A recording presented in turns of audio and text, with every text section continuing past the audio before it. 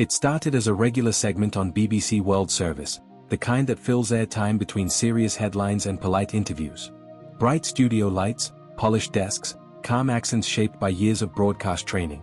Nothing about that morning hinted that the world was about to witness a moment it wouldn't forget. Miguel Santos sat upright across from the host, hands folded neatly on his lap. He had practiced this posture for years, learned it during scholarship interviews, immigration offices, conference panels where he was always the international voice in the room. Miguel wasn't nervous. He was used to rooms like this. Born and raised in Quezon City, educated partly in Manila and partly abroad, he had built a quiet reputation as a tech policy analyst whose work influenced digital access programs across Southeast Asia. Today, he was invited to speak about a new initiative bringing low-cost connectivity to rural communities. Then the host smiled. It wasn't a cruel smile. Not openly. It was the kind of smile people wear when they think they're being clever. Miguel had barely finished his first answer when the host tilted his head slightly and said, half laughing, "I have to ask, do people ever struggle to understand you back home with that accent?" There was a pause. Not the dramatic kind. The uncomfortable kind. Miguel blinked once, unsure if he'd heard correctly. The studio audience chuckled softly, the way people do when they sense a joke but aren't sure if they're allowed to laugh. The host continued, leaning back. "I mean, Filipino English is unique, isn't it?" He mimicked the cadence. Just slightly. Enough. Enough to sting. Miguel felt something old tighten in his chest. A memory surfaced, being 12 years old, reading aloud in class, classmates giggling at the way he pronounced world. A teacher correcting him gently, but never defending him. Later, in college abroad, a classmate joking that he sounded like a call center script. None of it was new. It was familiar. Tiring. Heavy. But this wasn't a classroom. This was BBC. Global.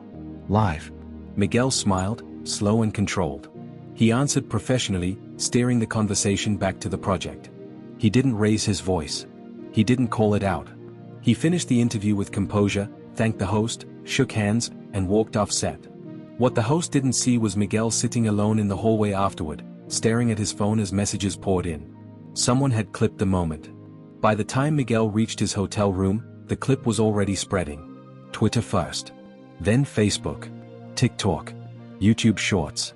The caption was simple and brutal. BBC host mocks Filipino accent on live TV. Within hours, the world reacted. Filipinos woke up across time zones and saw it.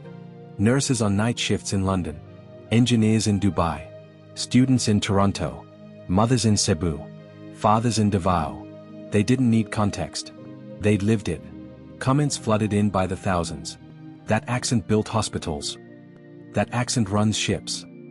That accent educates your children. That accent answers your emergency calls.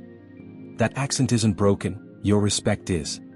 Clips of Filipinos speaking confidently flooded the internet. Doctors delivering speeches.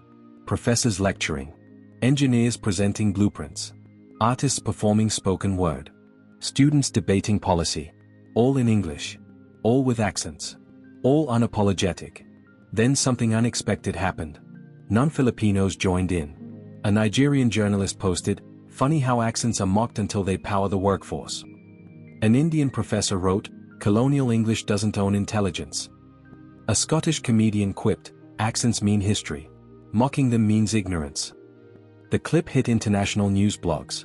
Media watchdogs questioned BBC's editorial standards. Linguists weighed in, explaining that Filipino English is one of the most grammatically sound English variants globally. Former BBC employees shared quiet discomfort they'd felt for years but never voiced. And Miguel? He stayed silent. For 2 days.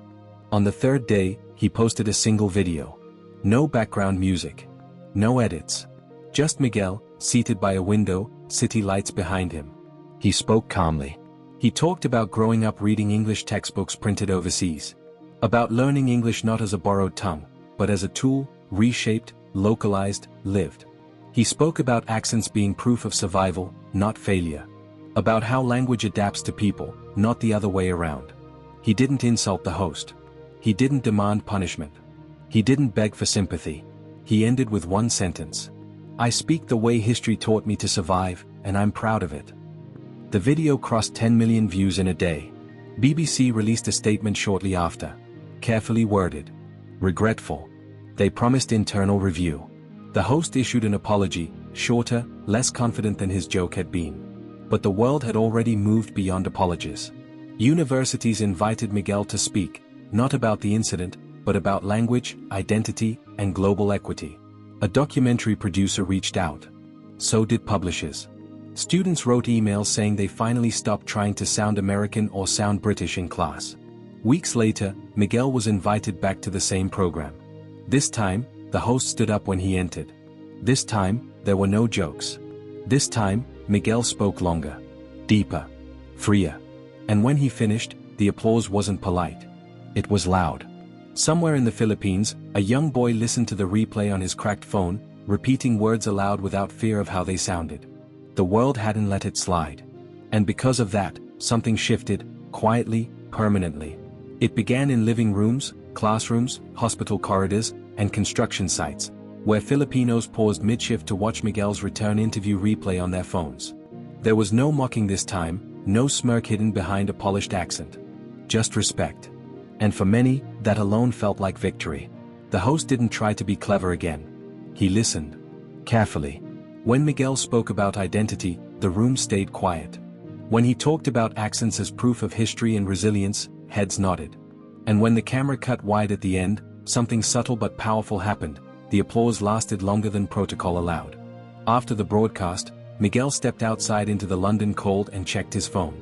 Messages came in from strangers and friends alike. A nurse wrote that she no longer lowered her voice when speaking to patients. A student said he stopped practicing a neutral accent and started practicing confidence instead. A teacher admitted she'd corrected her students' accents for years and promised to stop. Miguel didn't feel triumphant. He felt relieved. Weeks later, the clip stopped trending, as all things do. But the change stayed. Filipino English wasn't a punchline anymore, it was a presence. A reminder that intelligence doesn't need permission to sound the same everywhere. And somewhere, quietly, the world learned a lesson it should have known all along. You can mock an accent on live television, but you can't silence the millions who speak it with pride. Miguel held his posture, hands still folded, eyes steady.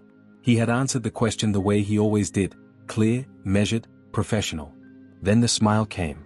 The host tilted his head slightly, as if sharing a private joke with the room, and let out a half laugh that didn't quite land.